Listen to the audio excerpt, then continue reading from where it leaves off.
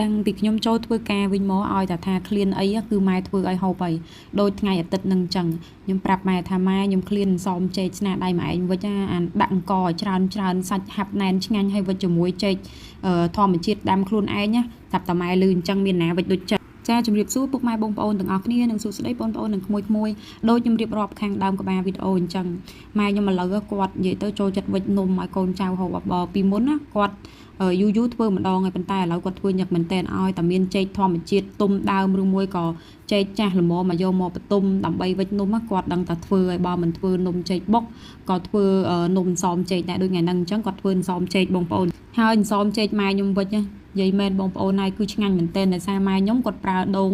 យើងស្រស់ហ្នឹងអត់ប្រើខ្ទិះកំប៉ុងទេបងប្អូនហើយចំណែកស្លឹកចេកក៏មានខ្លួនឯងហើយចំណែកចេកណាំវ៉ាហ្នឹងក៏មានខ្លួនឯងគាត់កាប់ពីដើមថ្ងៃមុនហ្នឹងបងប្អូនកាប់3 4ថ្ងៃមុនទុកឲ្យវាទុំទាំងស្ទងហ្នឹងគាត់អត់មានប្រើអីយកមកបន្ទុំទេទុកឲ្យវាទុំ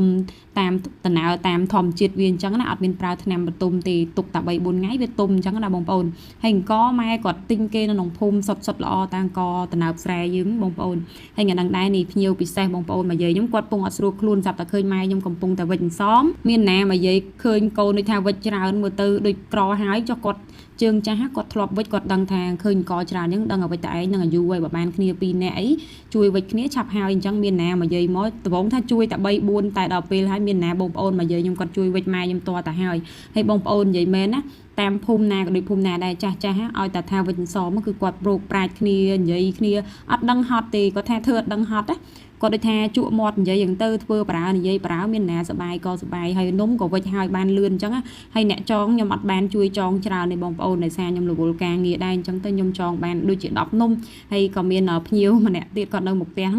គាត់អ្នកជួលបន្ទប់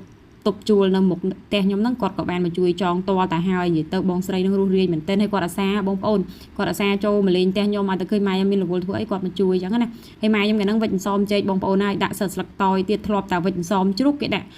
ស្លឹកតយយកឈ្ងុយយកពណ៌អញ្ចឹងមានណាម៉ែខ្ញុំកាលហ្នឹងពុកគាត់ថាកំងម៉ែឲ្យដាក់ស្លឹកតយផងស្លឹកចេកហ្នឹងណាកិនស្លឹកតយយកមកដាក់ពណ៌អន្សមចេកពណ៌រៀងខៀវបៃតងហ្នឹងគឺម៉ែខ្ញុំគាត់ប្រើទឹកស្លឹកតយអញ្ចឹងណាបងប្អូនហើយចាំមើលរសជាតិនិងក្លិន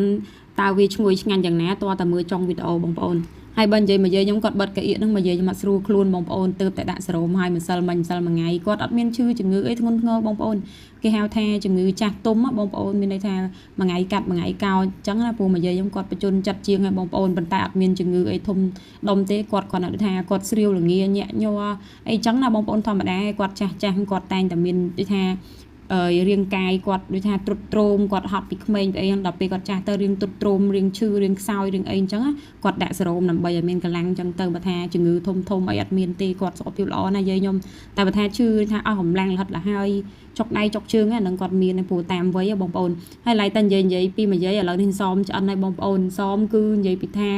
បើកមកឈ្ងុយក្លិនស្លឹកចេកហ្នឹងក៏អូបឈ្ងុយហ្មងហើយសាច់ឡើងណែនបងប្អូននេះស្ងោតាំងពីម៉ោង 6 កន្លះរហូតដល់ម៉ោង 8 កន្លះទៅពុកខ្ញុំគាត់ចាប់ដើមស្រង់ហើយឡើងមកឆ្នាំងបឹបធំតែម្ដងម៉ែខ្ញុំគាត់វិចអង្គ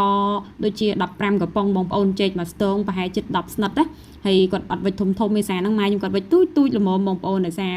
ឲ្យបកមួយហូបអស់អញ្ចឹងនេះបងប្អូនហើយមើលតែក្នុងវីដេអូនេះសាច់ឡើងណែនហើយខ្ញុំកំងឲ្យម៉ែខ្ញុំវិចអង្គដាក់អង្គច្រើនជាងចេកណាបងប្អូនអញ្ចឹងពុកម៉ែបងប្អូនវីដេអូរបស់ខ្ញុំមានតែប៉ុណ្្នឹងទេអរគុណច្រើនពុកម៉ែបងប្អូនទាំងអស់គ្នាសម្រាប់ការតាមដានទស្សនាវីដេអូរបស់នាងខ្ញុំកន្លងមកជូនពរឲ្យពុកម៉ែបងប្អូនមានសុខភាពល្អនិងសំណាងល្អ